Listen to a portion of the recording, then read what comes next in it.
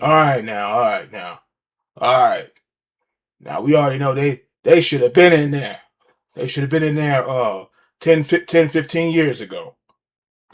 And speaking of the Hall of Fame, this has been my favorite thing to talk about all week, and now I get to talk about it here on the Sound Off. Oh, happy day. First of all, WWE announced on Monday that the 2026 Hall of Fame ceremony is going to be held at Dolby Live at Park MGM in Las Vegas on Friday night, April 17th, with a Vegas. 9 p.m. local start time, so that's midnight Eastern, shortly after SmackDown ends that night at the T-Mobile Arena. And broadcast details for the ceremony have not yet been revealed. Dolby Live is listed as having a capacity of around 5,200 seats. It is different from last year's venue. Last year's ceremony was held at the Fontainebleau Hotel.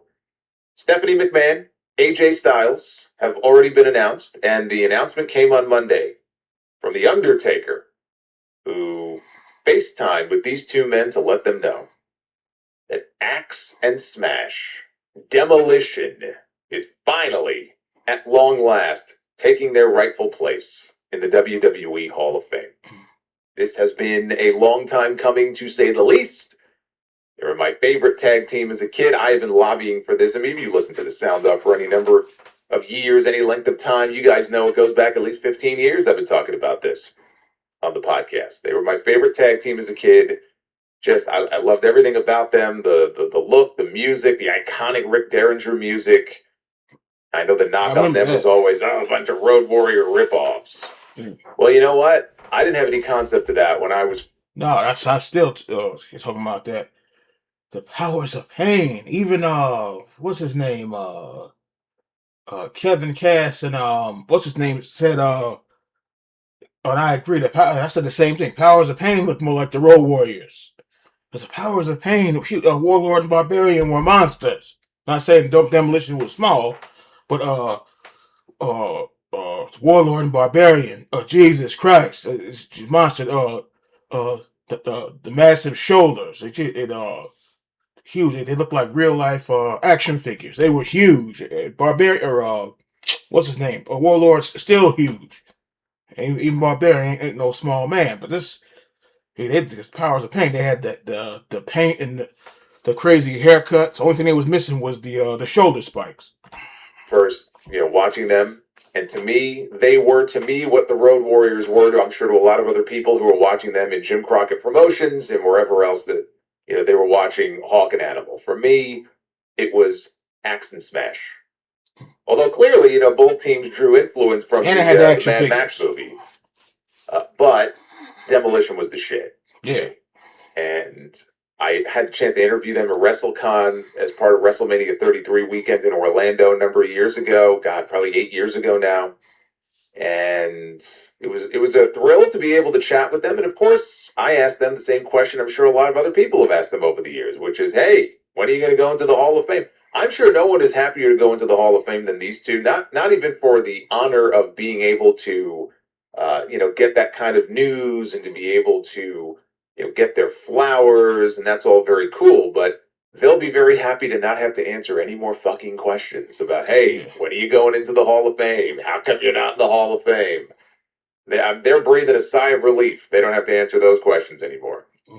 They should But have one been of the in there. biggest reasons I'm very, very happy and excited to see this is because so many other people who should have had the opportunity to, go and speak to the fans and to their peers and to have that speech never had the opportunity because Vince McMahon did not want them in the Hall of Fame for one reason or another. Or He waited too long. maybe it wasn't even anything personal, but it was his decision to make ultimately at the time. And he just decided that this was not the year for this person to go in or that person to go in.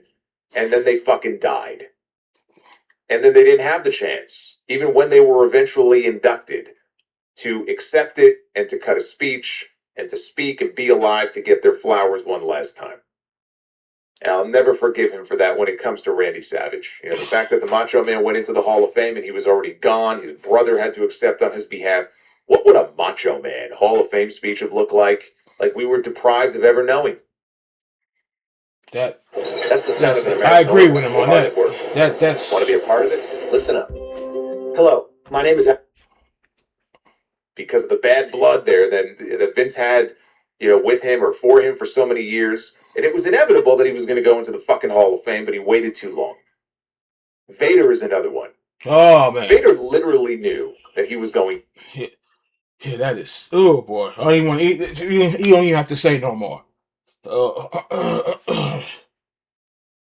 It's disgusting. It is. Just talk about that all the time. Talk about that with Mr. Cole.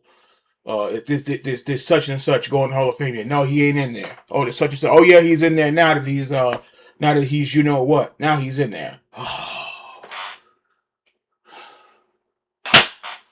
Now he's in there.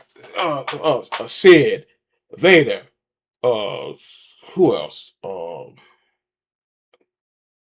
Mr. Perfect, I think. Yeah, Rick Root. Yeah, right. Oh man, it's the Bulldog. Oh, is that Bulldog in there? I think he should be. If he's not, he should be. Oh boy, it makes you feel bad. Damn, should have been in there. I mean, I'm glad Hawk, or not Hawk, I'll say Hawk and Animal. Wow, Legion of Doom going in there. They should have been in there 15 years ago, probably 20 years ago, and you hate that. 3-time tag team champions. Remember all that? Shoot. Man, should have been in there. Damn.